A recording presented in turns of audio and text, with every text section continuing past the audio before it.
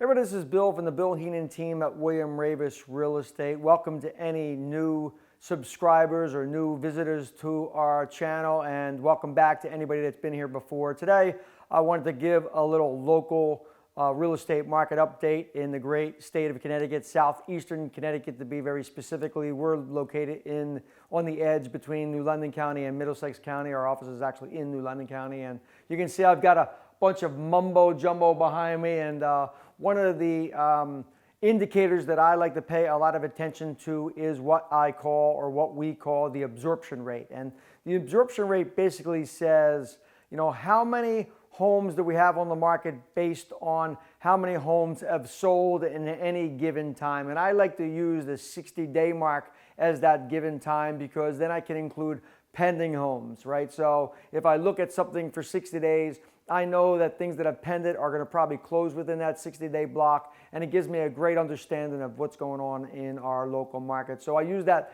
60-day absorption rate, and then I go look to see at how many homes are for sale. So if I'm selling 2 homes a day and I have 30 homes for sale, then it's going to take me in essence 15 days in order to work through that inventory. It's probably one of the best indicators that we use. Certainly a lot of the banks use them when they're dealing with their REO properties, or in other words, their foreclosed properties. They always want to have an understanding of what the absorption rate is. So you can see from the schedule behind me, I've got a bunch of numbers up, and I like to take a look at the towns. I like to take a look at the county, and really they give an indication of the health of an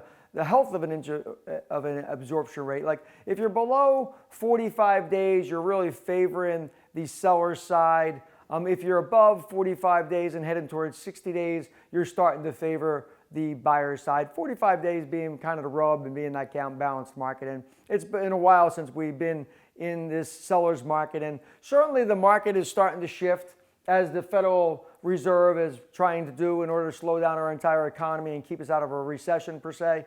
But they still are very, very good. If you look at some of these towns, 19 days, 15 days worth of inventory, 24 days worth of inventory. A lot of those towns were at 8, 10, and 12 days worth of inventory in previous reports. So certainly the rise in interest rates have certainly started to affect and slow down our economy a little bit. One of the surprisers in our county is Stonington sits at 35 days, close to a balanced market. And I believe that has a lot to do with their pricing. Stonington tends to be one of the highest priced towns in our market.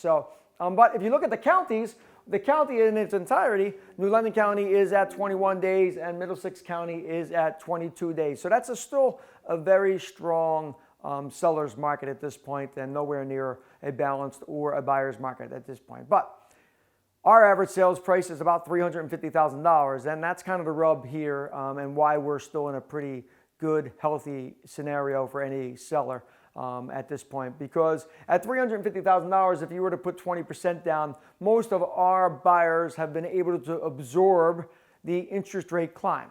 And that's been significant. If you looked 6 months ago, we were probably at 4.5%. Right now, we're probably at about 6.5%.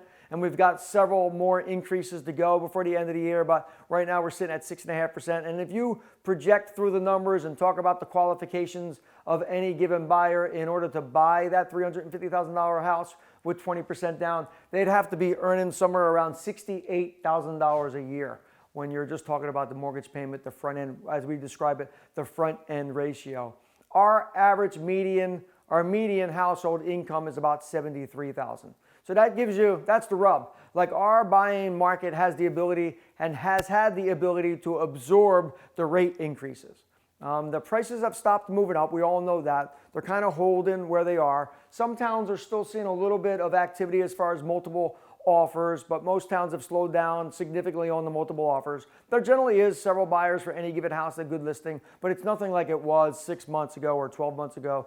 So certainly that level of activity has slowed down. Now, that being said, the Feds have indicated they are going to continue to rise increase these interest rates until the entire economy slows down to save us from a deep recession. And if you play that number through, they're meeting again in November, they're meeting again in December. The projections are they're going to raise it at least 0.5 point in each one of those months. So we very well could be in the 7.5 interest rate venue by the end of the year. and a lot of economists are saying we'll probably be up in the 8 range in the first quarter of 2023. Now, if you use those interest rates with the same criteria, $350,000 with 20% down in our local market, now you start to hit your head on the qualifications, the median qualifications of our market. If the rate was to rise to 7.5% in the next 2 months, then that would take a income level of $73,700. Now we are over our $73,000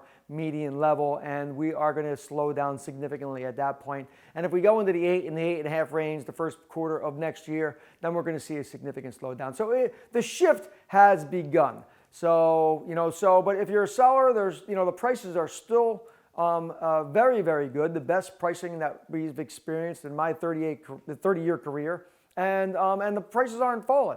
The prices they're just not rising any longer. They're holding stable. We don't have enough housing for people that are looking to own their own housing. So that's the positive. If you're a buyer, some buyers have approached us and said, why should we buy at 6.5%? I think maybe the rate's going to go down to 5.5% again, or 5%. And some have even said that they thought that the rates might go down to 4.5%.